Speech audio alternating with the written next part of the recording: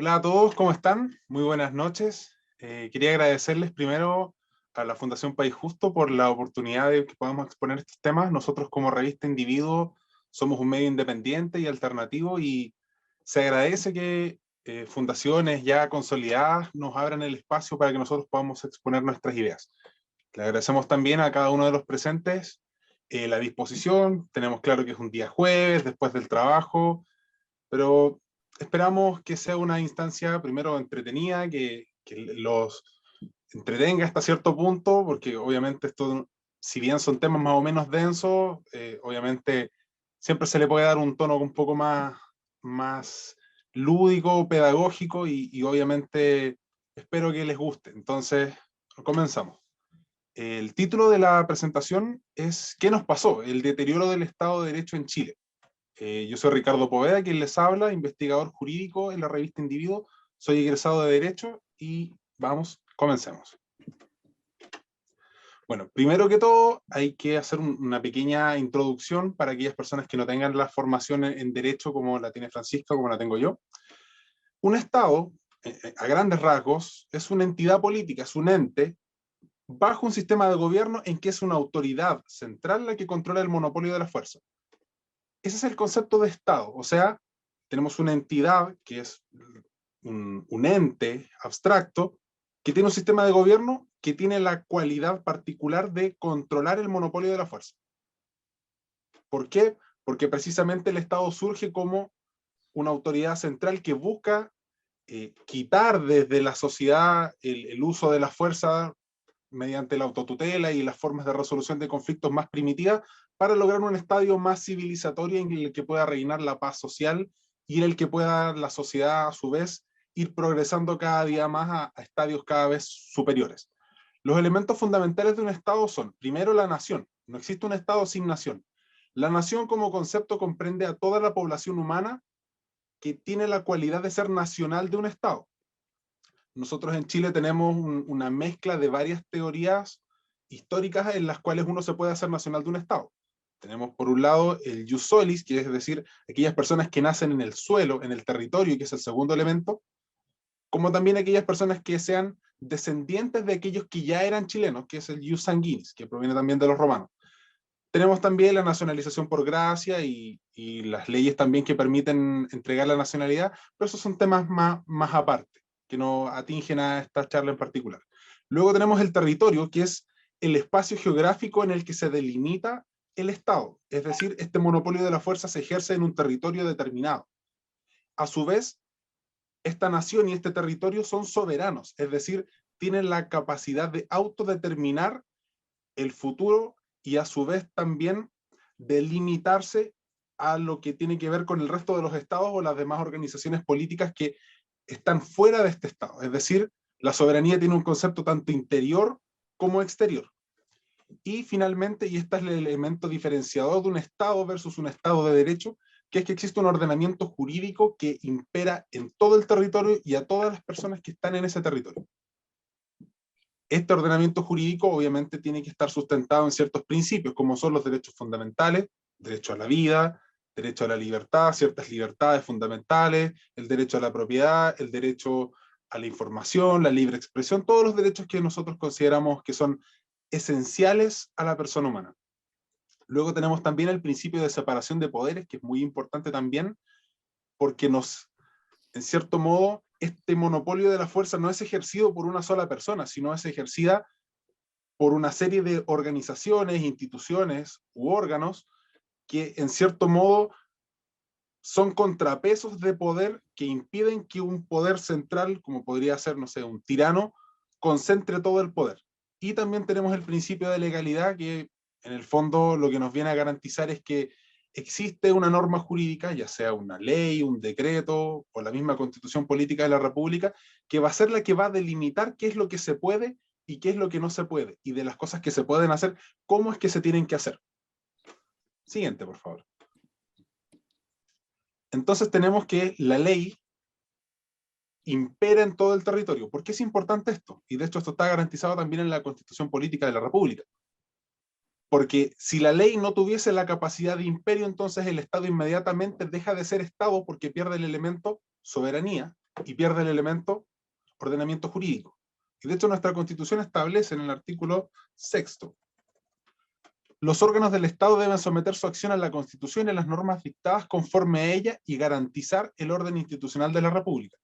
Los preceptos de esta Constitución obligan tanto a los titulares, es decir, aquellas personas que ostentan un cargo público, como los integrantes de un órgano público, como a toda persona, institución o grupo.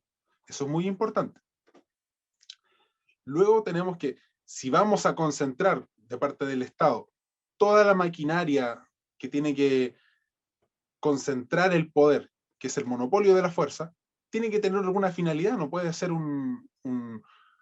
una coopción de todo el poder sin ningún motivo. El motivo principal está establecido en el artículo 1 de la Constitución. Dice, el Estado está al servicio de la persona humana y su finalidad es promover el bien común. Lo dice de forma tajante en el artículo 1.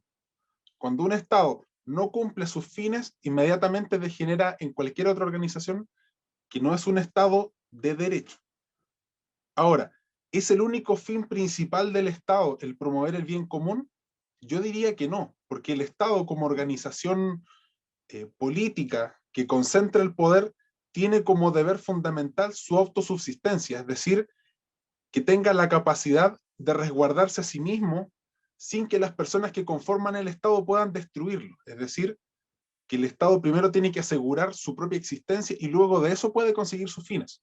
Cuando un Estado, a pretexto de buscar el bien común, destruye y socava sus bases mismas, degenera en cualquier cosa menos un Estado. Y de hecho, lo vamos a ver más adelante, que es un riesgo muy enorme que un Estado no sea capaz de autopreservarse, porque si no es capaz de autopreservarse no puede cumplir ninguna de las otras funciones, ni garantizar ningún tipo de derecho social, ni ningún tipo de libertad alguna, porque esa es la esencia principal del Estado, y de hecho así lo decía Max Weber.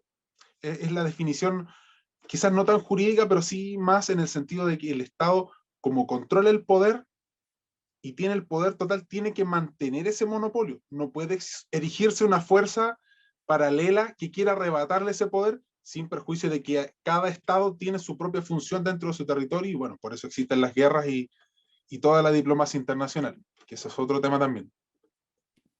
Siguiente. Entonces, si nosotros decimos que qué nos pasó nosotros como chilenos, independiente de la visión que uno tenga, puede ser de derecha, de izquierda, más liberal, más conservador, cualquier persona desde un punto de vista objetivo puede estar de acuerdo en que el Estado de Derecho chileno está totalmente deteriorado en muchos aspectos. Obviamente en estas charlas solamente se van a abordar las más importantes y que son las que son más atingentes a la política actual, y sin embargo hay ciertos factores que no vamos a analizar en este momento. El primero es la soberanía y el territorio, que son dos elementos esenciales de la existencia de un Estado. Un Estado, como vimos, no puede existir sin nación, sin territorio y sin soberanía. Luego tenemos la crisis social y la situación de anomia. Anomia es la carencia del respeto a las normas. Existen normas, pero estas normas no se respetan, entonces hace cuenta que no existen normas. El tercer factor que ha deteriorado el Estado es la legitimidad de las instituciones, o mejor dicho, en el sentido estricto, la falta de legitimidad de las instituciones. Y obviamente la cuarta amenaza, que es la amenaza más real, que es la refundación de Chile, que nosotros conocemos también como Convención Constitucional. Siguiente. La soberanía y el territorio es un tema muy importante porque un Estado no puede existir si no tiene un territorio, y puede tener un territorio pero puede no ser soberano, entonces pierde inmediatamente su calidad de Estado. Lo primero que se nos viene a la mente es el conflicto mapuche, conflicto étnico mapuche, y obviamente se puede discutir la calificación si es un conflicto étnico o no, porque claramente hay muchas personas de la nación, entre comillas, mapuche, que ya el hecho de que uno utilice en el lenguaje cotidiano la nación mapuche ya implica que forman parte de un Estado distinto del Estado chileno, y semánticamente puede parecer algo más o menos irrelevante, pero vamos a ver más adelante que el lenguaje importa mucho, no porque nosotros consideremos que el lenguaje construye realidades, sino porque son ellos los que propugnan este cambio léxico, cambio de lenguaje, los que creen que el lenguaje construye realidades. Entonces, ellos en su lógica lo utilizan y entonces nosotros estaríamos cayendo también en su juego. Más o menos, bueno, el conflicto mapuche surge desde la época en la que éramos parte del Imperio Español. Hubo una serie de acuerdos, de parlamentos, y con una relativa paz en el territorio. Obviamente siempre van a haber conflictos que son eminentemente propios de las sociedades humanas, y sin embargo, una vez que termina el gobierno militar, comienza toda una fuerza indigenista inspirada por filosofías extranjeras que no eran propias del pueblo mapuche, y se conforma el Consejo de Todas las Tierras en el año 1990. ¿Cuál es la importancia de este Consejo de Todas las Tierras? Que todos conocemos por su adalida, Aucán Wilcamán, este autodenominado lonco mapuche que viaja por el mundo eh, como entregando la visión total del pueblo mapuche, que quiere ser un pueblo autodeterminado. Empiezan a citar, no sé, a la Organización Internacional del Trabajo en su convenio 169, empiezan a citar una serie de normas precisamente para que el territorio en el que ellos están asentados, que obviamente no es solamente chileno, es chileno-argentino, por eso es un conflicto transnacional, deje de ser un territorio en el que el Estado chileno sea soberano. Quizás el Estado chileno no va a renunciar al territorio físico, pero en el momento en el que renuncia a la soberanía de aspecto de un territorio, inmediatamente ahí, en ese lugar, en ese territorio, el Estado chileno no llega. Yo creo que todos hemos visto las noticias que cuando se quiere notificar a alguna persona en el territorio que está controlado por la Coordinadora Arauco Mayeco o cualquiera de estas organizaciones del Consejo de Todas las Tierras, no entra la policía, para empezar. No entran los funcionarios del censo. De hecho, esa es la razón por la que no tenemos un control demográfico más o menos consolidado desde hace aproximadamente 15 años, y es porque cuando las personas que están trabajando en el censo y van a realizar el censo son apedreados. No, muchas veces no llega la salud, no llegan ni la salud pública ni privada. O sea, en este caso tenemos un territorio en el que el Estado chileno prácticamente no llega. No llega la educación, muchos de los beneficios sociales tampoco llegan. Entonces, prácticamente ese territorio es soberano, sí, porque la declaración que realiza la Constitución Política de la República establece que ese es un territorio soberano de la República de Chile. Y sin embargo, en la práctica, en los hechos, nosotros vemos que ese es un territorio en el que el Estado chileno no existe. Ahí no existe Estado chileno. ¿Por qué es relevante? Porque este tipo de situaciones y en general esa forma de operar en la que un territorio se autodeclara soberano con una propia nación, con la idea en mente de formar un nuevo Estado, o quizás un Estado, microestado, sin la necesidad de tener el reconocimiento internacional muchas veces, como es el caso del movimiento zapatista, que en el año 1994 comenzó una guerrilla tremenda en el estado de Chiapas y los estados circundantes en México, que terminó el año 96 con los acuerdos de San Andrés. Esos acuerdos de San Andrés, lo que vinieron a terminar fue en que hay territorios en los que el Estado mexicano, si bien realiza una declaración de que es un territorio soberano de los estados federales mexicanos, como pueden ver en la imagen, hay gobernaciones, hay comunas zapatistas en las que al momento de entrar se lee un letrero muy parecido a ese. Usted está en territorio zapatista, acá manda el pueblo y el gobierno obedece. Acá no entra la policía, acá no entra el ejército, acá no entra nadie que no esté autorizado por el gobierno local, el gobierno autónomo. Puede parecer que México está un poco distante de nosotros, pero cuando uno estudia más o menos la forma de operar del Ejército Zapatista de Liberación Nacional, anterior, por favor, es muy parecido al sistema con el que está operando actualmente la Coordinadora Comayeco en Chile y la RAM en Argentina. Tenemos el caso de las FARC también, que el año 2016, después de casi 50 años de conflicto, ¿Te puedo hacer una se pregunta logró ahí un rápido? referéndum de paz. ¿Sí? ¿Tú dirías entonces que hay como como que hay organizaciones internacionales que se dedican a estabilizar países y zonas específicas dentro de los distintos países? Sí, sí, yo aseguraría eso, porque evidentemente todos estos movimientos no responden, si bien en la forma responden a la idea de entregarle más soberanía, entregarle más autonomía a los pueblos indígenas. La idea que subyace es la idea de la revolución, y es la misma. La revolución es una sola. La revolución va revistiendo distintas formas, pero en los hechos la revolución es una sola. y lo que busca es precisamente subvertir el orden de las cosas actualmente. Puede estar bueno o estar malo, a ellos no les importa. A ellos no les importa que bajo el Estado chileno el pueblo mapuche, no sé, creo que una cifra entre el 70 y el 80% están viviendo, de las personas que se autoperciben como de la etnia mapuche, viven en sectores urbanos y muchos de ellos en Santiago, o sea, muy lejos de la Araucanía. Para ellos eso no es relevante. Las tasas de alfabetización no son relevantes. Para ellos lo relevante es la revolución. ¿Por qué? Porque son las ideas que ellos propugnan y si no la pueden conseguir por la vía democrática, que no la han conseguido. De hecho, Ocán Wilcamán ha sido candidato como en las últimas 3 elecciones, si no me falla la memoria, y no ha salido porque sus ideas no representan a una mayoría suficiente como para lograr el poder formal, es que utilizan las armas. Igual forma que en el movimiento zapatista, de igual forma que en las FARC.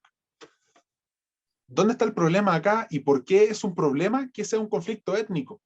Porque en el momento en que ellos aseguran que es un conflicto étnico, a diferencia de la mayoría de las revoluciones, que es la revolución o de los obreros o la revolución de los campesinos, en el caso chino, en este caso, al incluir el conflicto étnico dentro de la revolución, inmediatamente limita el actuar del Estado conforme al Estatuto de Roma.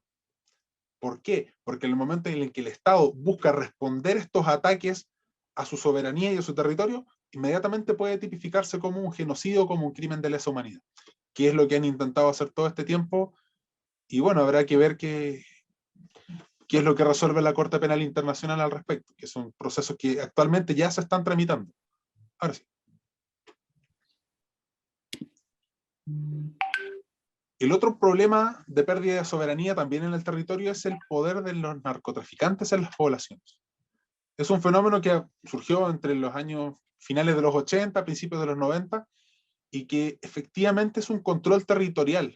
O sea, muchos hemos visto en los reportajes de la televisión que es como una especie de organización paralela en la que existe un líder, que esta persona tiene, no sé, la obligación, entre comillas, de entregarles alimentos, entregarles educación, salud a la gente que vive en la población, a cambio de que ellos les presten servicios y lo principal, que es su silencio, que principalmente lo que buscan ellos es no controlarlo porque ellos tengan la intención de formar un Estado propio, no.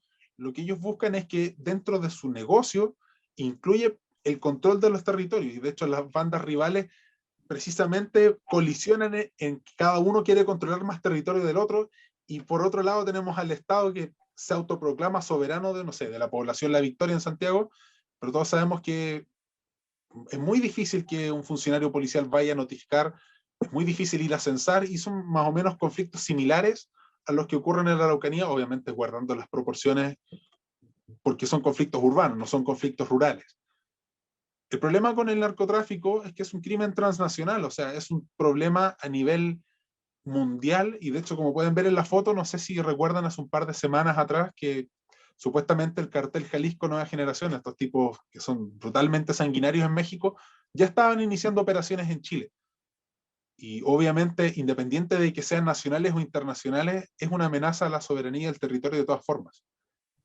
El problema también es que el narcotráfico, como mueve altas sumas de dinero, puede influenciar en la política. Y de hecho hemos visto que hubo un candidato a alcalde en San Ramón, hubo otro candidato a diputado que estuvo metido en asuntos, y quizás cuántos más hay que no se han investigado aún.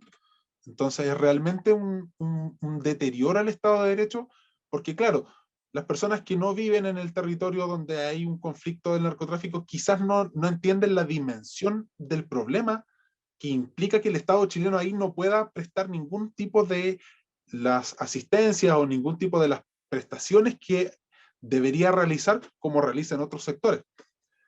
Entonces, ese también es un problema. ¿En qué confluyen todos estos conflictos, tanto los conflictos rurales como los conflictos urbanos? Principalmente en que buscan deconstruir el Estado. O sea, el Estado chileno en ningún momento, si es que pierde territorio, pierde soberanía o pierde nación, va a reconocer, no, acá no hay Estado, porque obviamente reconocer eso es reconocer que es un Estado fallido, similar a Zimbabue, similar a Somalia, y claramente estamos muy lejos de esa situación.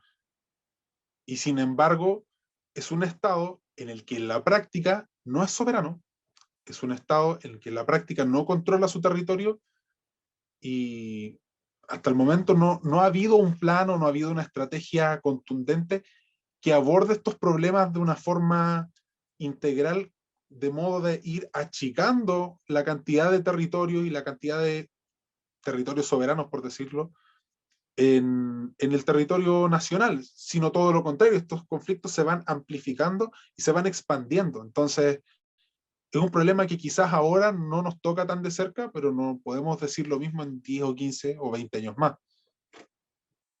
Entonces, ese es un problema también mayúsculo, que es un tema que ha estado latente en los últimos 20 años y que no ha estado en el tapete público como un tema país, por decirlo así, como el cambio de constitución o como la reforma de las asociaciones de fondos previsionales, por ejemplo.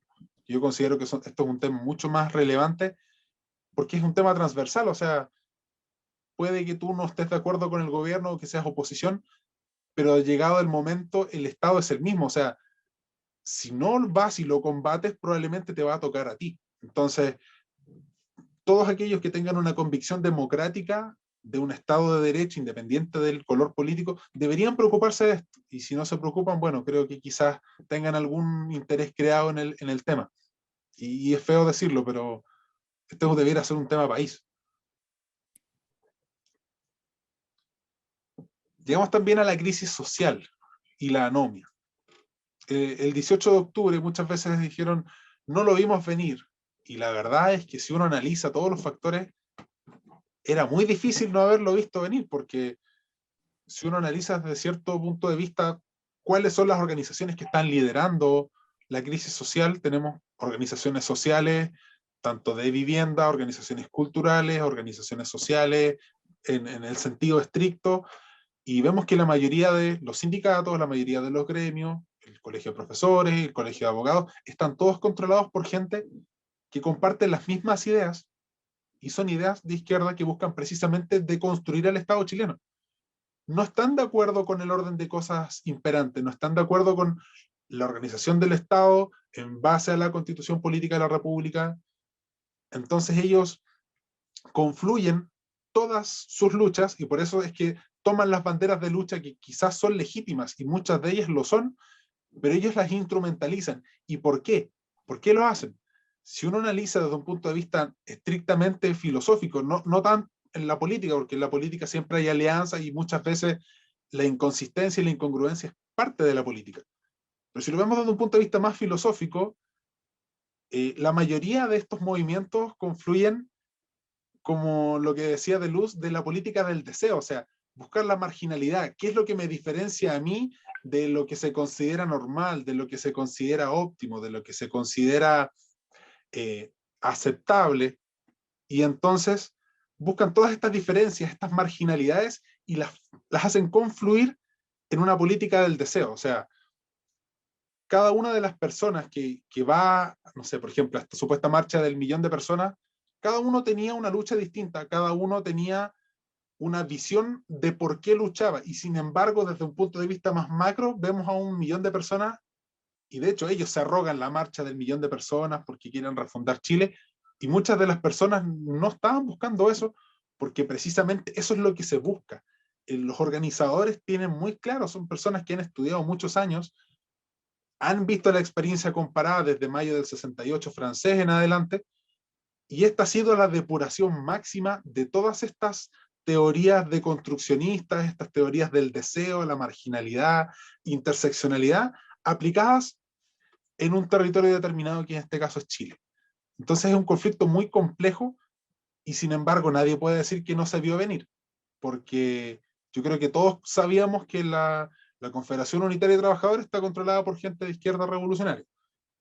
Todos sabemos que la mayoría de las federaciones de empleados públicos también, los sindicatos también, la mayoría de los profesores y en las escuelas, en las universidades también, están en los cargos de poder gente que es afín a estas ideas también. Entonces, quizás fue un poco una ceguera selectiva, él no lo vimos venir, y en lo particular, yo considero que la mayoría de las autoridades sí lo vieron venir y derechamente trataron de hacerse los locos, porque obviamente este nivel de estrategia, porque obviamente la crisis social del 18 de octubre no fue un estallido espontáneo, yo creo que nadie de los que están presentes comparte eso, Entonces necesariamente tiene que haber una mente, y quizás no sea una solamente, quizás sean una horizontalidad, un rizoma, un conjunto de ciertas organizaciones que todas van tejiendo redes entre sí y como tienen fines comunes, se van articulando. Y de hecho, no sé, yo espero que en algún momento se desarticulen todas las redes y nos vamos a dar cuenta que esto no era tan grande como nosotros pensamos, pero tampoco era tan inofensivo como antes del 18 de octubre. O sea, era una potencialidad latente, pero no es tan grande como nos quieren hacer creer tampoco. O sea, tú lo vi un poco más por el lado que se armó este descontento ficticio para crear esta sensación en la sociedad. Yo soy un poco la idea que si no que si hubiera sido este otro gobierno de izquierda y nunca se hubiera logrado un gobierno de derecha, esto se hubiera mantenido tranquilo. En el fondo que vieron con el primer gobierno de Piñera que había posibilidad de que la derecha ganara, ganó, y dijeron yo no voy a dejar que esta vez se lleve los aplausos y todo, y en el fondo, y comparto un poco lo que tú decís, un poco por la experiencia que tuve en los colegios, que me tocaba ver la pega de joyería que se hace desde muy chico, metiendo este bichito y que después se sigue alimentando para tomar causas que, como tú decís, que son nobles, que pueden ser tener mejor educación o vivienda, etcétera, pero que lo vuelven en una sensación de rabia hacia personas específicas que no tienen nada que ver con el problema. Toda la razón. De hecho, la experiencia, y claro, tu experiencia es muy importante porque yo creo que tú sí lo veías venir. Veías que la organización era una organización tremenda. No eran tipos aislados uno del otro.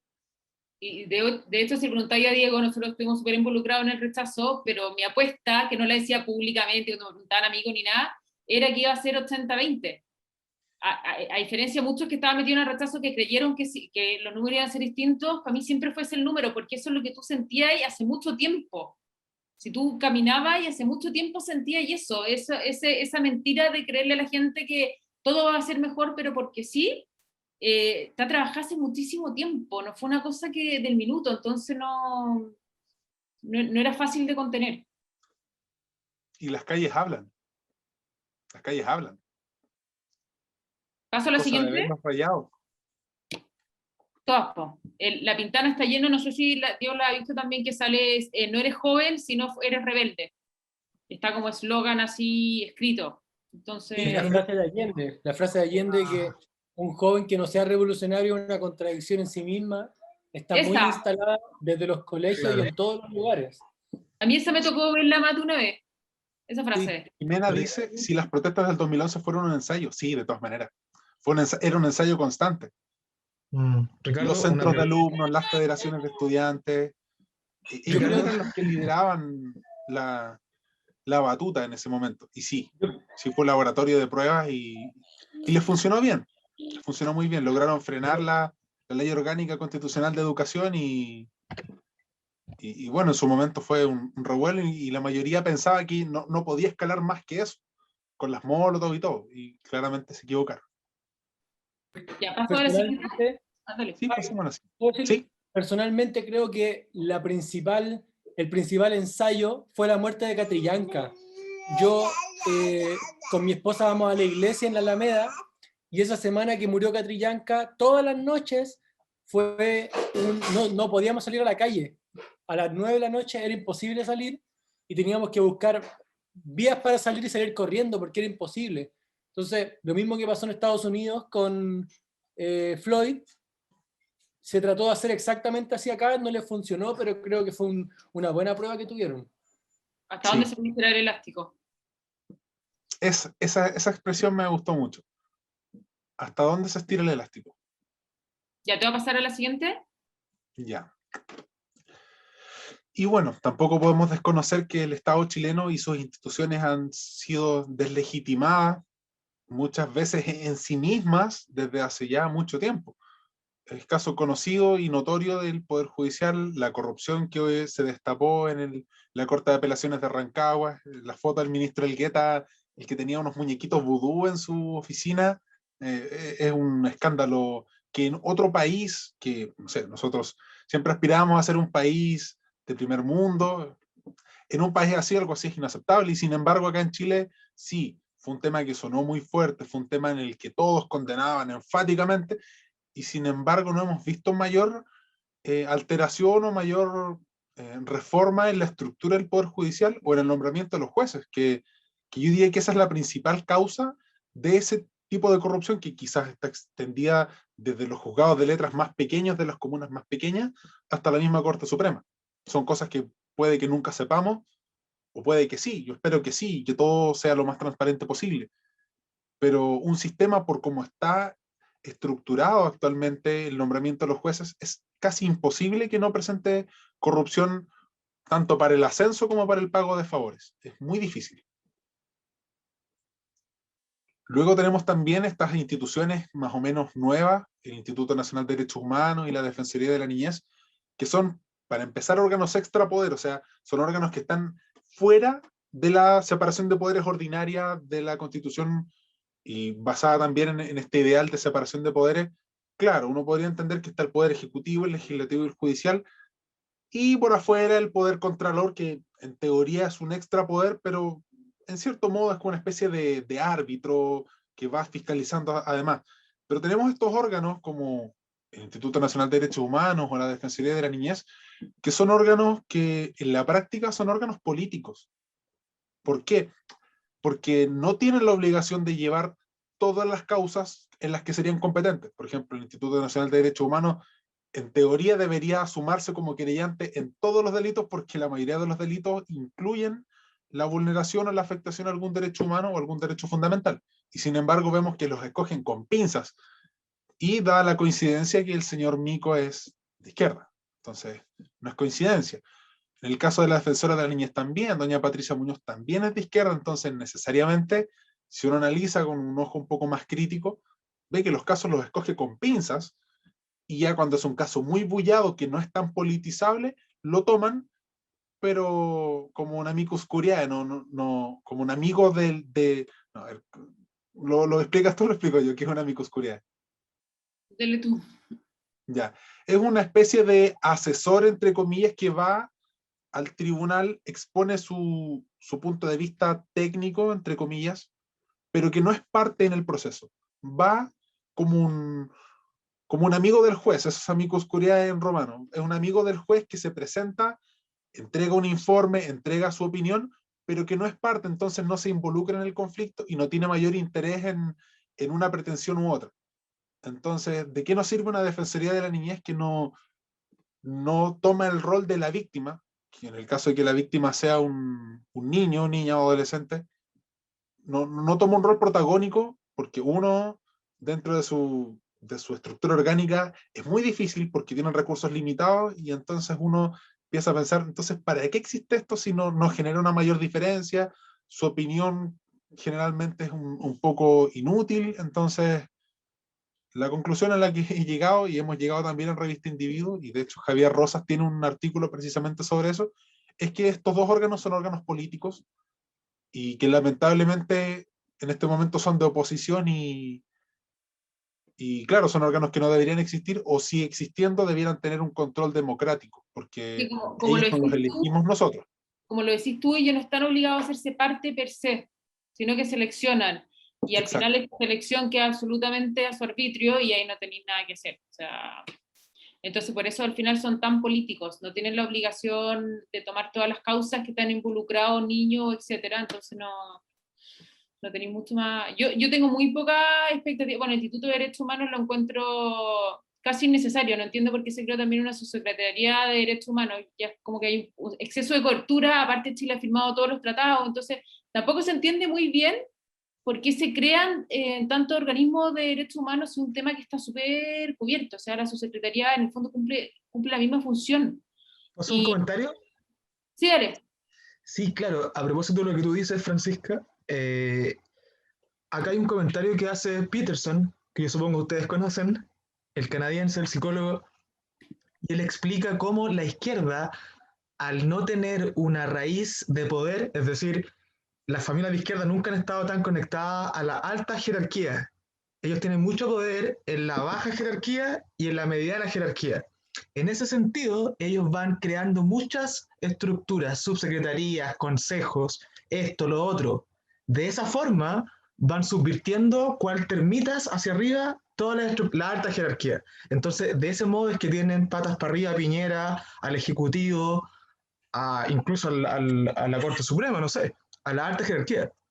Eso lo hacen Sí. en todo Occidente, lo hacen en todo Occidente, no solamente en Chile, pero sí muy particularmente en Chile. Es como un escenario, Chile, es muy curioso eso. Siempre están viendo qué pasa en Chile y después lo Como replican un en otro lado. laboratorio. Claro, eso. Dale, Diego. Y en la misma línea, ayer me puse a ver un live de Colombia por Instagram, que estaban en la calle. Estaban en la calle como mostrando en la noche, estaba la embarrada, era igual a Chile. Pero los que estaban grabando eran los de derechos humanos y un compadre con un gorro, con una mascarilla que decía prensa. El funcionamiento de actuar me llama la atención lo exactamente igual que es que acá, inclusive la misma ropa de la gente de derechos humanos y la misma identificación que usa lo de prensa acá. Entonces, lo que dice Rodri es verdad. Como van probando en un país, van replicando en los otros. De hecho, incluso lo que alegaba la gente de derechos humanos era exactamente lo que alegan acá. Por ejemplo, decían que no lo dejaban grabar, que les quitaban los teléfonos, eh, que nos están matando, frases. Fue increíble ver que era una réplica exacta de lo que pasaba acá, pero con la S más marcada, con un acento un poquito más colombianizado. Pero Más Exactamente. entretenido el acento. es La increíble. iconografía es la misma, o muy similar. Sí, Allá sí, con el tema indígena, porque igual está presente eso, lo mismo que acá, es decir, ellos tienen redes, ellos no han abandonado esta vocación internacionalista, ellos tienen congresos internacionales donde va a buscar Wilcamán, donde están interconectados, donde hacen muchas reuniones. Ellos son, esto que nosotros estamos haciendo ahora, esta reunión, ellos lo hacen todo el tiempo y desde hace muchísimas décadas. Y se ubican y se conocen y están al mismo ritmo. Eso hay que tenerlo muy presente, es decir, la política, las derechas occidentales la han entendido mucho en su ámbito institucional. En cambio, ellos consiguen la política mucho más territorial. Por eso que la palabra territorio que Ricardo decía es muy relevante. Sí. ¿Sigo? Así es. Sí, ¿Paso a sí. la siguiente? Bueno, llegamos al Ministerio Público, este nunca bien ponderado órgano creado con la reforma procesal penal, por allá por el 2004. Y bueno, principalmente lo que espera de la ciudadanía cuando uno le menciona el poder judicial, lo primero que se le viene a la mente es la justicia penal, la justicia criminal, que las personas que cometen delitos se vayan presos. Y si nos vamos a las cifras, estas son cifras desde enero a diciembre del año 2020, el año recién pasado, de los términos no judiciales, es decir, aquellas decisiones de no perseverar, es decir, cuando el Ministerio Público decide no continuar en la persecución penal, aun cuando ya haya iniciado la formalización, haya hecho una investigación de rigor y todo.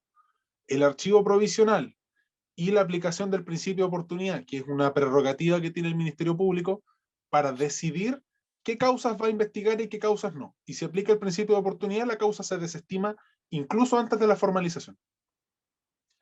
Esa tasa llega al 21,8%, es decir, del total de denuncias que se recibieron en el año 2020, que fueron 1.470.000, un 21,8% ni siquiera se llegó a investigar de forma acabada, ni mucho menos llegar a la hora de un juicio confrontacional, un juicio adversarial donde hay un defensor y un fiscal que cada uno presenta su prueba y vamos a ver quién tiene la razón.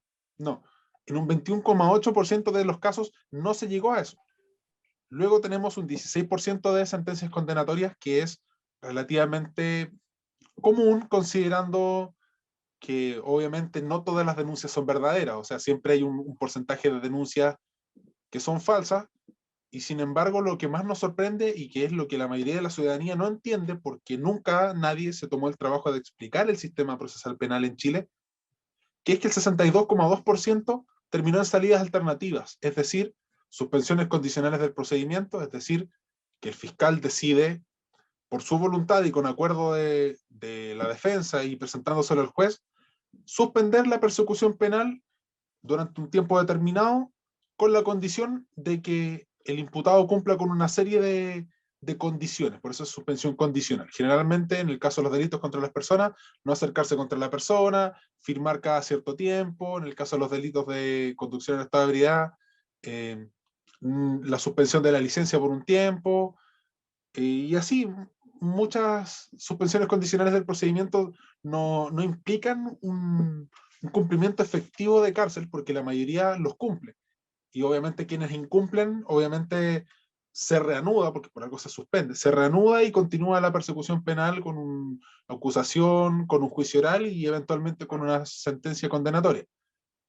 Luego tenemos también los acuerdos reparatorios, que son acuerdos en los que llega el fiscal con la víctima, y otros que tenemos también ciertos casos en los que los tribunales se declaran incompetentes, ya sea por que el delito se encuentra actualmente prescrito, porque el delito actualmente es punible pero en otra jurisdicción de otro país, etc. Un 62% de esos casos son en los que, claro, para efectos del sistema no es inocente, ni tampoco hay una puerta giratoria, como durante mucho tiempo se dijo.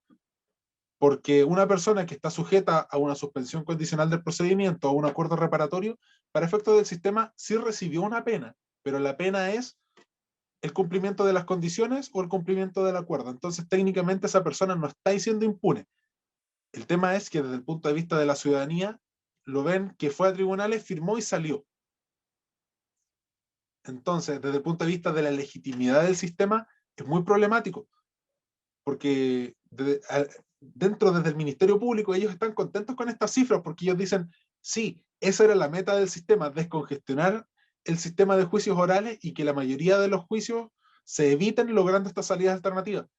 Pero en ningún momento le preguntaron a la ciudadanía si eso realmente satisfacía sus pretensiones de justicia, si eso realmente contribuía a disminuir las tasas de victimización, si eso contribuía a que las víctimas se sientan más protegidas, más apoyadas por el Estado, que es una de sus funciones, porque tenemos claro que la función principal del Estado es el bien común.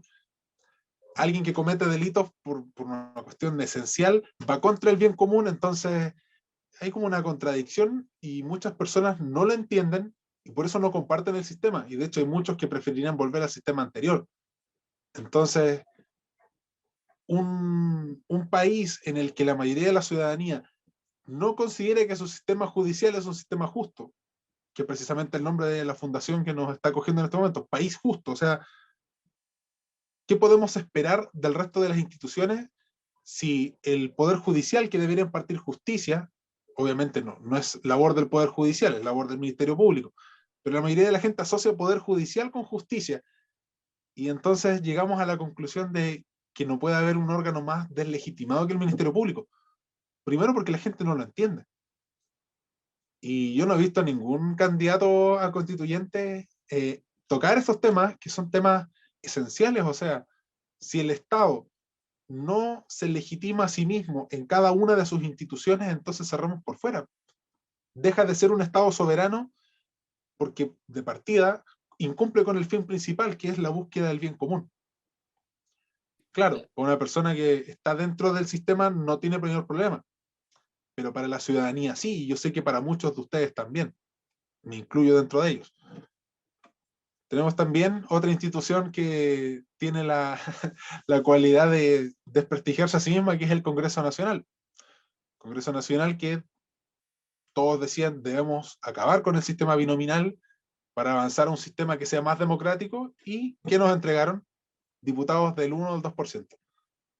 Yo creo que eso no resiste mayor análisis desde ninguna perspectiva, porque la idea de tener representantes es que representen a alguien, y con un 2% tú no representas a nadie. O sea, por muy proporcional que sea tu sistema y todas las fuerzas políticas tienen que estar representadas, es impresentable tener diputados con un 1 o el 2% del respaldo, porque esa es la definición de legitimidad. O sea, nadie pide que tengan porcentajes del 100%, pero sí que tengan algo razonable que pueda más o menos a la ciudadanía entregarle la certeza de que hay alguien en el poder legislativo que es el encargado de determinar qué es lo que se permite y qué es lo que no. Es decir, la legislación, si muchas veces estas personas están con una representación del 1 al 2%.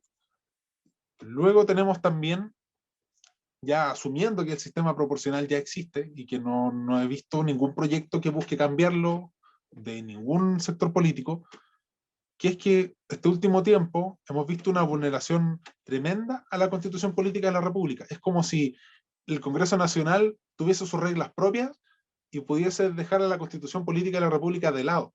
Y de hecho lo hemos visto en el caso de los retiros de las AFP, lo hemos visto también en el caso de la asignación de bonos, y quizás cuantos más vengan, porque nuestro sistema está concebido de tal forma en la que el presidente tiene ciertas atribuciones exclusivas en temas que son de suyo relevantes. Y volvemos al tema de la legitimidad, o sea, el sistema asume que el Poder Ejecutivo tiene mayor legitimidad que el Poder Legislativo. Es una cuestión que de la esencia misma lo está diciendo el hecho de que hay ciertos temas particulares en los que solo el presidente puede presentar iniciativas de ley. Y sin embargo vemos que derechamente hace cuenta como que las limitaciones del artículo 65 no existen. Y obviamente, ¿qué hace el presidente? Presenta un requerimiento de inconstitucionalidad al Tribunal Constitucional, y el Tribunal Constitucional, cuya función principal, como está en el artículo 93, inciso tercero, que es analizar la constitucionalidad de los proyectos de ley y reformas constitucionales, ¿qué hace? O lo rechaza, o derechamente ni siquiera los admite a trámite, como pasó con el último retiro del 10%. Es un tema que en un país serio, en un país que realmente se tome en serio su Estado de Derecho, esto sería preocupante. Lo que nos lleva también a entender que estamos en un parlamentarismo de facto. Es decir, aun cuando nuestra Constitución Política de la República consagre un presidencialismo exacerbado, como dicen algunos, en mi opinión es un presidencialismo marcado, que es propio de nuestra herencia hispánica, en la que existe una figura de un caudillo central que es el que toma las decisiones, y es una cuestión cultural que la mayoría de los ensayos parlamentarios o de algún otro sistema distinto al presidencial han terminado muy mal, la mayoría en guerras civiles. Y bueno, esperemos que esta no sea la situación en la que terminemos en una guerra civil, yo creo que nadie quiere eso. Otro dato igual anecdótico es que la rotativa ministerial, que es un fenómeno propio del periodo pre-guerra civil del año 91, 1891, es la rotativa ministerial. Y de hecho, analizando las cifras, Piñera, el presidente Piñera en este momento, ha tenido 59 ministros en este mandato, y el promedio en la época en la que se conoce como de la rotativa ministerial, como un fenómeno propio del parlamentarismo a la chilena, entre comillas, bordeaba entre el 48 y el 53 en promedio. O sea, Piñera ha tenido más ministros que en la época en la que ha habido más rotativa ministerial en la historia de Chile. Y eso es un dato también preocupante, porque implica que en este momento el Congreso tiene la facultad, quizás no expresamente y no en términos jurídicos, pero sí en términos fácticos, de sacar y votar un ministro. Si no es por vía de la acusación constitucional, es por la vía de hacer declaraciones, hacer presiones. Todos hemos visto que Pamela Giles, la diputada Pamela Giles, llamó derechamente a que renuncien todos.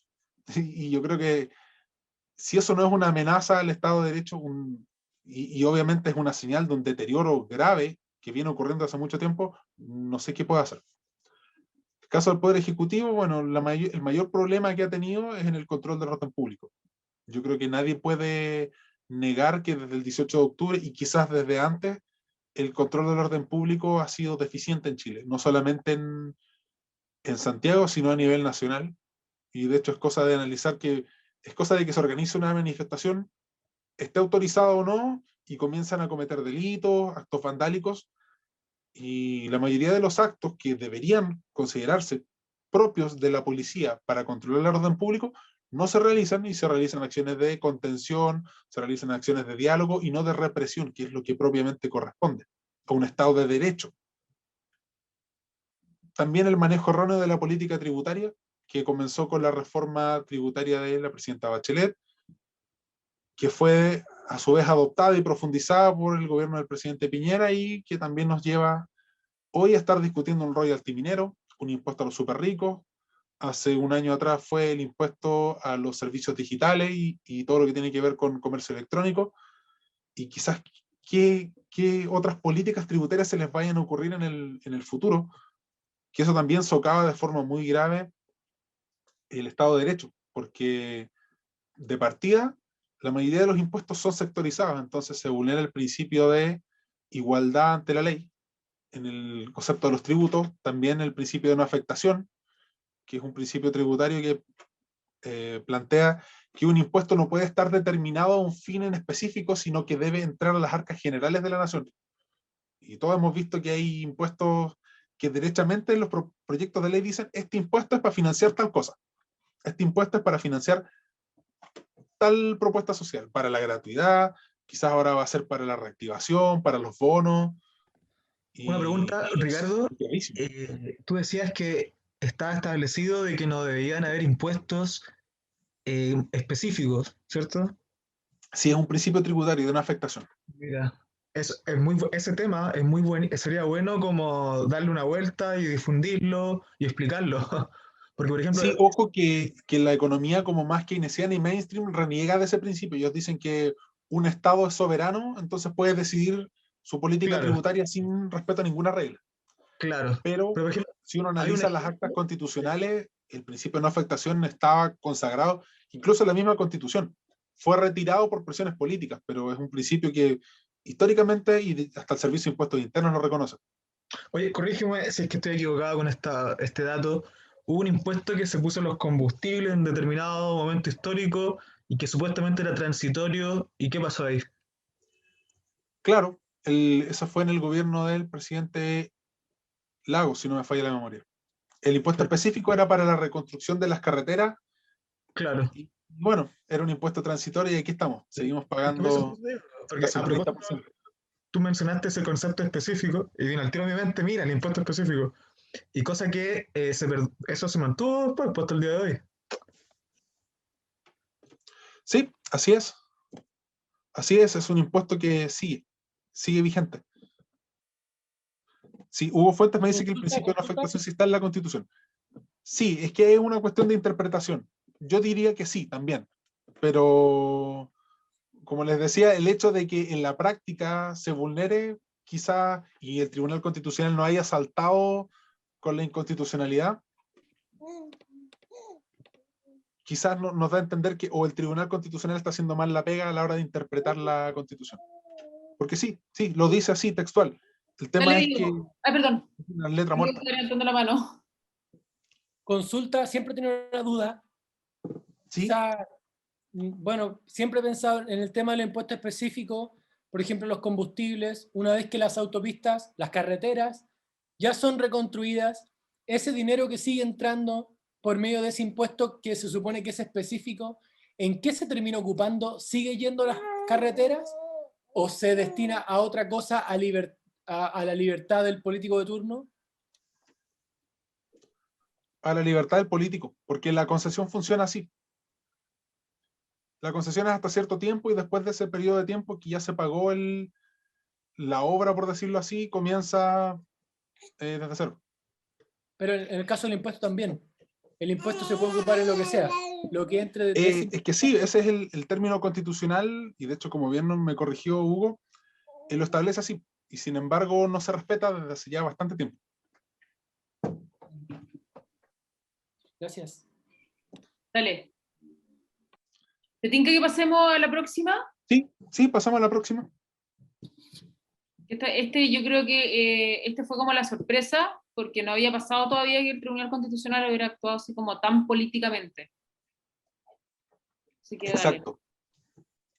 Sí, históricamente los tribunales constitucionales surgen precisamente como una limitación al poder del legislativo, entendiendo que una mayoría circunstancial no debiese tener el poder de modificar de forma sustancial una ley, considerando que si la Constitución establece una directriz o un lineamiento particular, ese debiese ser respetado por todos los órganos del Estado, entendiendo que es un proyecto país. O sea, la Constitución busca un proyecto de país, un proyecto de Estado que se proyecta en el tiempo, no es algo acotado a un gobierno o a un mandato determinado.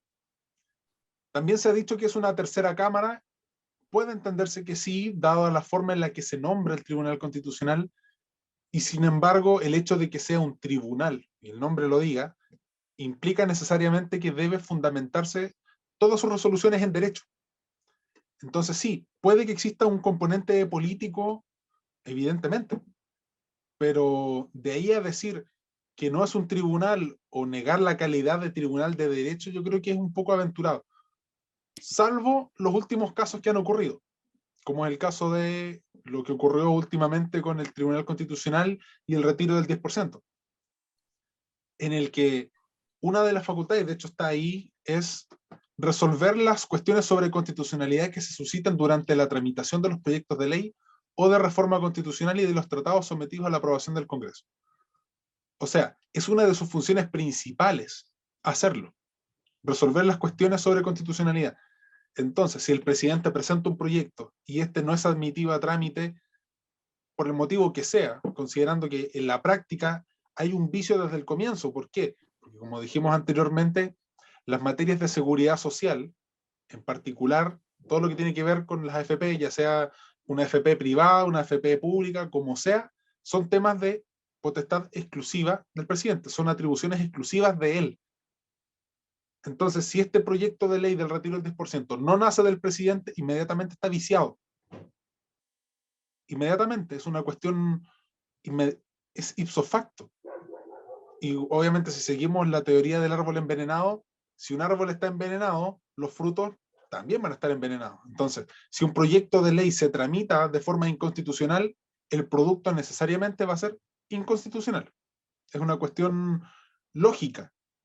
Y sin embargo, el Tribunal Constitucional esta vez decidió derechamente declarar inadmisible el requerimiento y no pronunciarse al respecto. Derechamente esquivó el problema y obviamente forzó a que el presidente tenga que promulgar la ley. Pero eso no es lo más grave fue la declaración de un ministro del Tribunal Constitucional que él dijo que la función del presidente y de él era garantizar la paz social y el bienestar de la población. Y yo no sé si en alguna parte de la Constitución o de la normativa, de la legislación en general, dice que el Tribunal Constitucional tiene como función el bienestar de la nación y la paz social, ¿no? Su función es muy estricta y acotada. Entonces, esa declaración agrava y viene a confirmar todo lo dicho anteriormente. Y obviamente si había una institución en la que uno podía decir, independiente de todas las críticas que se puedan hacer, todos los requerimientos en los que hayan fallado de forma política, que hay varios, en este caso ya podemos decir que el Tribunal Constitucional ha abandonado sus deberes y de manera notable, de manera quizá en la que un Tribunal Constitucional como el que tenemos actualmente ya no nos sirva, no sirva a la función para la cual fue creado. Sí. Es un Mabel, remedio del Tribunal Constitucional. Mabel, Sí, tengo una pregunta al respecto. ¿Al tribunal, los integrantes del Tribunal Constitucional los elige el presidente? O por lo menos hay una parte, ¿cómo funciona ahí? ¿Cómo se compone? ¿Quién los elige? Te lo digo enseguida, lo voy a leer textual porque lo dice el artículo 81 de forma literal.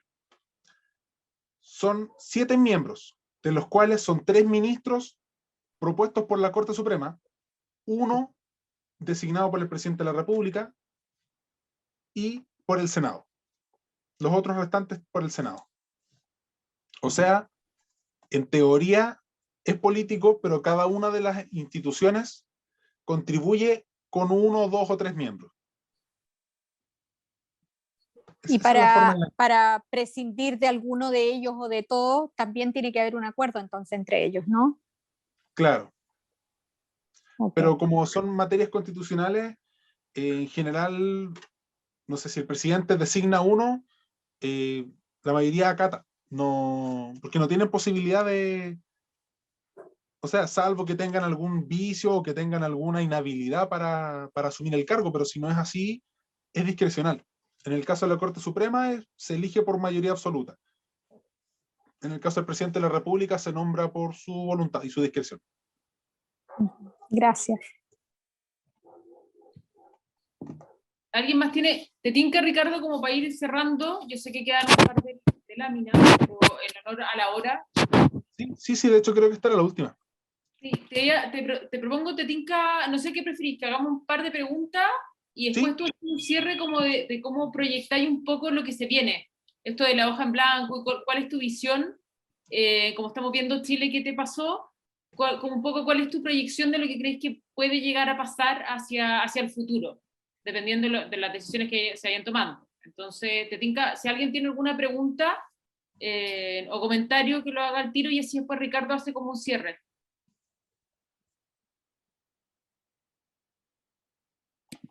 ¿Nada? Hola. Dale, Hugo. Sí, Hola. hola. Hola. Bueno, en relación a lo que están conversando de las instituciones, también igual hay que tener presente que nosotros podemos diseñar las instituciones más perfectas que pueden existir y poner las normas precisas en cuanto a su forma y fondo, y aún así, si la gente no la quiere cumplir, no la van a cumplir nomás. ¿Qué es lo que está pasando ahora? O sea, al final de cuentas, también toda la institucionalidad que se pueda diseñar en la nueva constitución o lo que está vigente pasa por también la voluntad de las personas de cumplir. Y al final estamos viendo que son los mismos órganos los que se inhiben de cumplir la normativa por amenaza, porque están ideologizados, etcétera, etcétera. Entonces eso también hay que tenerlo presente. Sí, de todas maneras, es que ese es el punto. Ese es un punto muy importante, porque muchos creen, o la mayoría de las personas que votaron a prueba creen que con una nueva constitución podemos realmente mejorar nuestra institucionalidad, y sin embargo nosotros en este momento nos damos cuenta que con la institucionalidad que ya tenemos, no tenemos una institucionalidad fuerte, no tenemos órganos que respeten la ley, que respeten la constitución. Entonces, ¿qué podemos esperar primero de un órgano que va a estar encargado de redactar una nueva constitución, que no va a estar conformado en su mayoría por personas que tengan un conocimiento en derecho constitucional? Y bueno, a la hora de que no sé, si se llega a aprobar el plebiscito de salida, ¿qué nos quita o qué nos dice a nosotros que esa constitución se va a respetar? ¿Qué nos puede asegurar a nosotros que esa constitución nueva, que puede ser muy bonita, incluso puede ser una constitución mejor que la que tenemos? Yo creo que no, pero puede ser que incluso sea mejor. ¿Qué nos asegura a nosotros que no va a haber un estallido nuevo porque nadie la respeta, como dices tú? Lamentablemente es un poco catastrofista decirlo, pero no tenemos muchas más opciones, porque los políticos saben, y lo tienen muy claro, que ellos son el problema, que ellos son los que nos han llevado a donde estamos, y sin embargo una nueva constitución no va a traernos nuevos políticos, van a ser los mismos. Entonces, si tú me preguntas a mí qué va a pasar, es muy incierto. Es muy incierto. Esperemos que ocurra también un cambio de mentalidad, que es muy difícil, es muy, muy poco probable, pero ¿qué más nos puede quedar? O sea, ¿qué crees tú que podría pasar si se aprueba una nueva constitución, no sé, una constitución indigenista, con enfoque de género, plurinacional, con todos esos temas? ¿Que la van a respetar igual? Bueno, mira, Ricardo, de hecho, fíjate que todavía yo no me explico por qué. Nadie me ha podido dar una respuesta racional. ¿Por qué mi voto para esta nueva constitución vale menos que el voto de un indígena? Porque es cosa de poner lápiz y papel y sumar y calcular cuánto vale el voto de un indígena y cuánto vale un voto del resto de nosotros los chilenos. Y hoy día justamente lo calculé. Un indígena, de acuerdo a la cantidad de electores de constituyentes que ellos eligen y de acuerdo a su población, ellos eligen un constituyente cada 70.000 indígenas y nosotros el resto elegimos uno cada 100.000. ¿Por qué el voto de ellos vale más? Entonces ya, para empezar, ya empezamos mal. Hola Hugo, ¿cómo estás tú?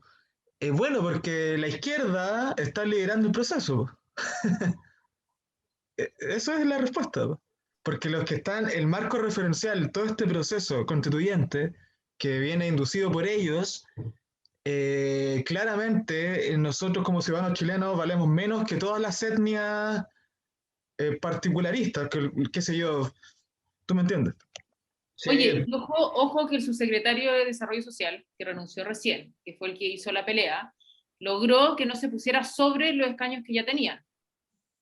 Porque ellos querían ponerlo por encima de los escaños y aumentar la cantidad constituyente. Y eso fue una pelea que me consta que yo personalmente, y a lo menos logró de que estos estuvieran dentro de los constituyentes, porque el pueblo indígena, lamentablemente, no sé si nos favorece mucho la votación. Entonces, por lo menos se logró que no estuvieran sobre el número de constituyentes, sino que dentro del número de los constituyentes. Pero como todo, yo creo que hay mucha manipulación política en todos esos temas. Ricardo, ¿querías darnos como unas palabras de cierre? Sí, Yo me quedaría conversando toda la noche, me agarraría el toque que queda, pero en virtud de la hora ya estar como cerrando. sí, bueno, quizás fue como muy catastrofista encontrar todo malo, que toda la institucionalidad en Chile está mal, que nada funciona bien. Y bueno, yo creo que es una sensación generalizada y gran parte de eso puede explicar también el 18 de octubre, quizás no de forma completa, pero sí tampoco podemos hacer oídos sordos a todos estos temas. O sea, si una nueva constitución no recoge estos temas y muchos más que en honor al tiempo no se pudieron tratar, lamentablemente nuestra sociedad chilena no va a alcanzar la paz social, nuestra sociedad chilena no va a alcanzar el desarrollo económico que todos buscamos, no va a lograr la integración armónica de todos los sectores de la nación y en definitiva nos va a llevar a ser un peor país que el que éramos antes de todo esto. Esperemos, y yo espero de todo corazón que esta vez las personas que somos más afines a las ideas de derecha, por decirlo así, gente más liberales, gente más conservadora, o muchas veces gente que no le gusta la izquierda como está configurada actualmente, pueda unirse, puedan instruirse, que es muy importante, y podamos hacer una especie de contrarrevolución. Yo sé que es muy complicado porque actualmente no tenemos ninguno de los poderes. Bueno, cualquiera podría decir que el poder ejecutivo está en manos de nosotros, pero nosotros sabemos que no es así, que la gente que está en el poder ejecutivo en su mayoría no son de los nuestros y tenemos que articularnos entre nosotros. Instancias como estas son muy útiles y lo principal es a no decaer. Muchos ya están pensando en irse del país, muchos ya están pensando incluso en vender todo, en, no sé, emigrar a Polonia. Sí, Polonia es un muy buen referente, pero lo principal y que yo considero que tenemos que rescatar es que si nosotros realmente tenemos un cariño por nuestro país, por todas las personas que vinieron detrás de nosotros, por todos nuestros antepasados, y porque se lo debemos también a los que vienen más adelante, no abandonar la lucha. Es complicado, sí, es muy complicado. Es duro, sí, es durísimo. Pero si todo este proceso sirvió para algo, fue primero para darnos cuenta que nos están respirando aquí, en la nuca, y no nos habíamos dado cuenta hasta que estalló todo. Y segundo, a reconocernos entre nosotros. Quizás antes nos centramos más en la diferencia puntual. No, es que tú en tal tema no estás de acuerdo conmigo, entonces ya, inmediatamente no podemos trabajar juntos. Y la realidad nos dice que tenemos que ser duros con nuestros valores y nuestros principios, sí, pero sí tenemos que ser pragmáticos a la hora de organizarnos, porque si no nos van a pasar aplanadoras, nos van a pasar toda la máquina encima y no nos vamos a dar ni cuenta, y siendo conscientes de que ellos nos ven a todos nosotros de la misma forma. Pero nosotros todos somos fachos, para empezar. Somos todos fachos, cavernarios, somos personas retrógradas, que estamos en contra del progreso, y nosotros sabemos que no es así. Nosotros sabemos que, independiente de las convicciones que nos mueva cada uno, lo fundamental es que todos queremos vivir tranquilos, queremos vivir en paz, no queremos vivir con una revolución constante y permanente, que es lo que le gusta a la izquierda, porque la izquierda nunca se conforma, porque la revolución es permanente, nunca se alcanza el estadio final de la revolución, porque la revolución es algo que no termina, porque en sus orígenes filosóficos mismos, la revolución busca subvertir todo lo que actualmente está dado. Entonces, los revolucionarios siempre se terminan comiendo a los mismos revolucionarios, y es cosa de lo que vimos en la Revolución Francesa, en la Revolución Rusa también. Y bueno, como dice Rodrigo, es un héroe el que triunfa tanto como el que sucumbe, pero jamás el que abandona el combate. Y claro, como dice Mabel, que no es de derecha, sí. Hay mucha gente que no es de derecha, hay mucha gente que simplemente está disconforme, y no tengan duda, mucha de la gente que Una estaba en las cosa, marchas, con la cacerola, sorry, con el Ricardo. tiempo se van a ir dando cuenta que las ideas más razonables las tenemos nosotros, no porque nosotros tengamos la verdad revelada, sino porque el otro sector abandonó la lucha, la búsqueda por la verdad, la búsqueda por la justicia, la democracia, porque para ellos eso es panfleto, eso es de la boca para afuera. Y una cosa, es muy sintomático de que personas como Christian Barken, que siempre han sido personas muy, muy ligadas a la cultura, gente muy seria, gente que ha contribuido, está siendo catalogada de fascista, po, weón, imagínate. Sí, es verdad. Oye, les quería dar las gracias a todos por haberse conectado. No es fácil, uno ya está cansado los días jueves, pero en verdad muchísimas gracias. Muchas gracias, Ricardo. Y le voy a seguir haciendo esta charla. Esta es la segunda charla que hacemos. El próximo jueves no vamos a hacer, pero el próximo jueves sí, y seguir invitándolos para que sigan participando en todas las actividades y en todas las charlas. Así que muchas gracias a todos, y especialmente a Ricardo por tu tiempo. Muchas gracias, que estén muy bien, y ánimo, ánimo. Se nos vienen La cosas muy constituyente la jugamos. por delante, así que ánimo.